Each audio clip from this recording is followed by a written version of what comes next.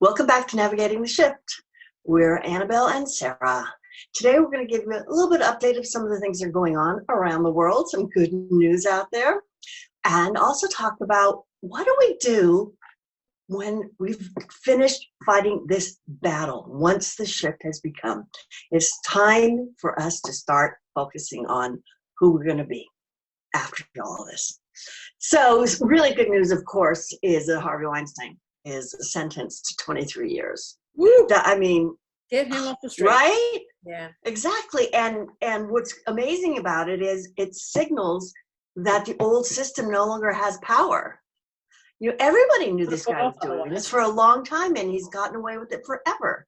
So with Epstein and Weinstein, the Steinsteins, I mean, those are two big human traffickers, abusers of young women and children that are out. They're no longer, and he's going to be sane. He's not going to ever be out of prison again, not with how old he is, with 23 years. He's so sick. Oh, yeah, suddenly becoming sick and using a cane. We've seen that. Yes. Looking for some. Yeah. So other things that are really shifting on the planet is some stuff. I read an article here. It's on the Epic Times, and it's governments, big tech team up against online child sexual exploitation. Basically, they're making changes so you can't just use online stuff, all the usual social media things for porn. And I think it's wonderful. It's originally, there's a group called Phoenix 11, and I'll just go ahead and read a little bit for you. A group of child sex abuse survivors kicked off the announcement of a new collaboration between governments and tech companies to stop online sexual abuse of children. Quote, last year we took a bold step to overcome the fears about ourselves, to band together to become a force for change, end quote.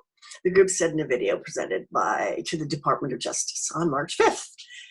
Quote, we are survivors of sexual torture, child rape, erotic photo shoots, pedophile sleepovers, elementary school, sex shows, streaming BDSM, and twisted sexual desires whose digital images are trafficked worldwide to fulfill the endless needs of a perverted, evil community which takes pleasure from our pain, end quote. So the fact that something shifted enough that they were able to, like they said, to overcome the fears about themselves. That also means, what were they fearing, right? That fear is going down. Yeah. And what were they fearing? I mean, generally fear and having people know that, you've been used this way.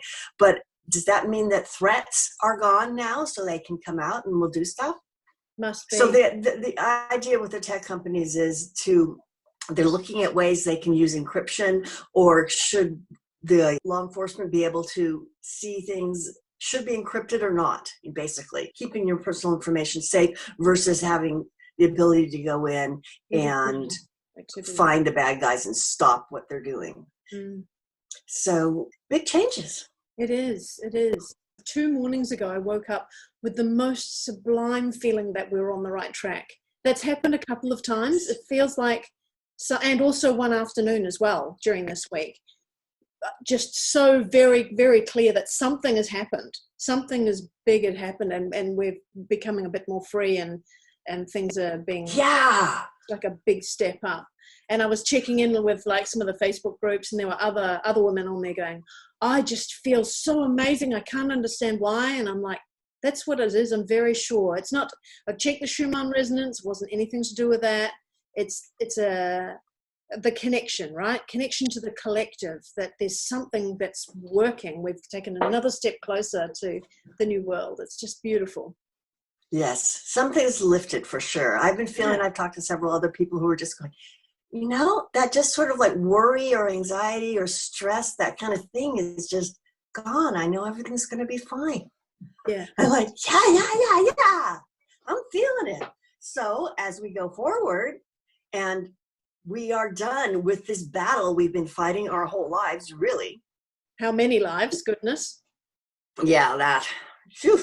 So who are you going to be? What are you going to do? When you're no longer being oppressed financially, suppose there is some sort of jubilee or spiritual funds that will be released, or maybe we just stop being taxed and all the That's what appears to be you guys already, because we'd heard that before, hadn't we? About the idea of how do you take down the Federal Reserve? First of all, you take away their fiat currency and swap it for a gold-backed currency that's owned by the country and not by a private enterprise. And then you take away all their income from the inland revenue and you swap it with state-based sales tax. I love taking their things, the nasty things that they do to try to control us, and flipping it and making it, oh, okay, we can use it for this instead. I love that. Yeah. So think about it. I mean, it's time now for us to engage our imaginations. The idea, that constant frustration where you think, okay, finally this is going to happen, and then nope, it doesn't happen. Oh God, finally this is going to happen, and then one more time it doesn't happen, and the bad guys, the black hats, work out some little trick again, and it looks like nothing's ever getting done. But that's changed, right? So now let's put our minds forward. If you have money and you have your free time and your body is healthy because they've released the technologies, people who are watching this, who are you? What are you going to do if you don't have to go to that job you hate? What do you want to do with your life? I think whatever shifted recently is like a pivot point, like you were talking about. It's like we've been, the fight. And it's like, oh, now future. Okay. So you know what, it's you have so many people in the old paradigm who have made themselves who they think they are, based their identity on how much money they have or what job they have or who they're linked to, and if that it all changes, okay, you could be linked to somebody, but if that person doesn't have any more money than you, I don't think it'll be leveling out the playing field and like a communist ideology. I don't think it'll be like that.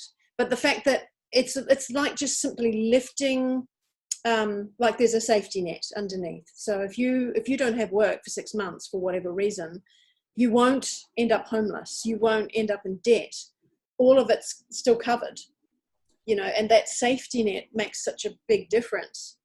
I think going back around the idea of having identity of based on your job, that if you don't have that job anymore or you don't need to do that job, what would you like to be? It has happened. You've seen it over many, many years, people making big changes and just suddenly being somebody else. Like a lady who likes to travel. So she left her job, sold everything, and then with whatever money she had left over from the assets, she used to travel. She was just backpacking, but she loved it. She'd work wherever she was, and she loved being a nomad.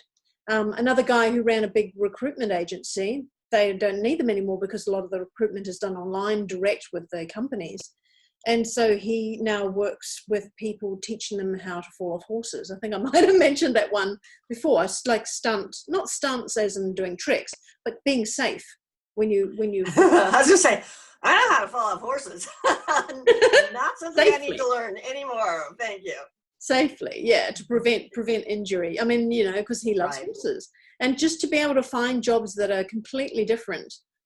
We don't all have to be artists, dear, or play the guitar, where there's just cool things that we might like to do. It's just a very different way of thinking.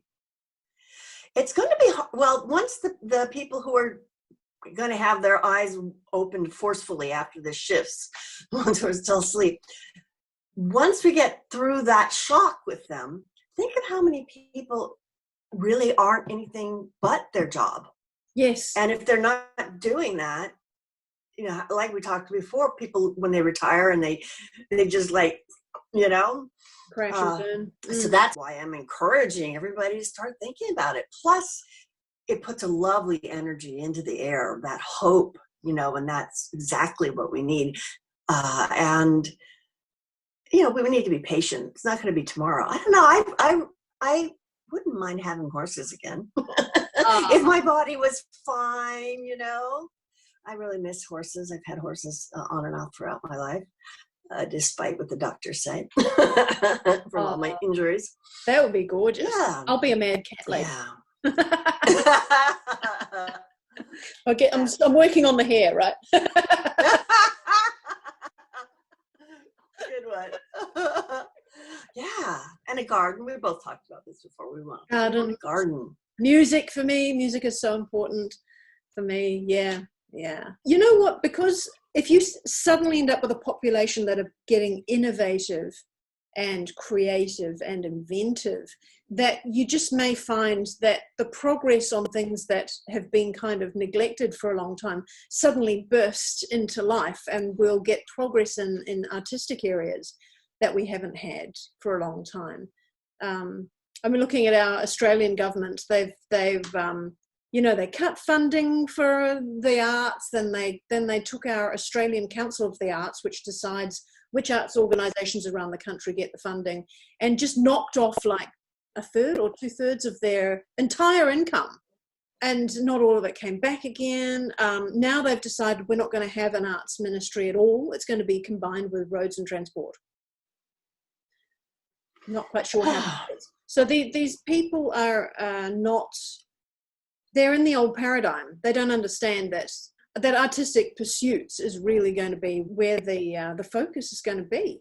Not just that, but people who love inventing things, you know, people who love engineering and stuff like that are really going to be, you know, if they have the funds, they can start to tinker in their garage, and this is where the inventions will come from as well.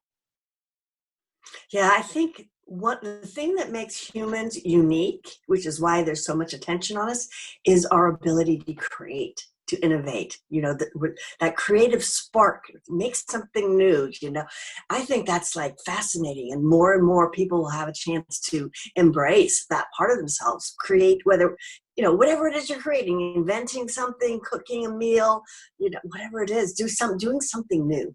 Yeah, yeah. And I was thinking of another guy who was in media, and he just loves chemistry. It's got nothing to do with what he used to do. So, yeah, don't just leave the mind open. It could be anything at all that suddenly grabs your attention. Ooh, let's go and do that for a while and see what happens. And start doing a little bit of it, I reckon, even now. Yeah, absolutely. Because that's just exactly what you need, feed your soul, you know. And we've been abused for a long time, and it's been a heavy burden, but it's time for us to come out from under it. I don't think we realize how big that burden is. We will as it starts to lift. Yeah.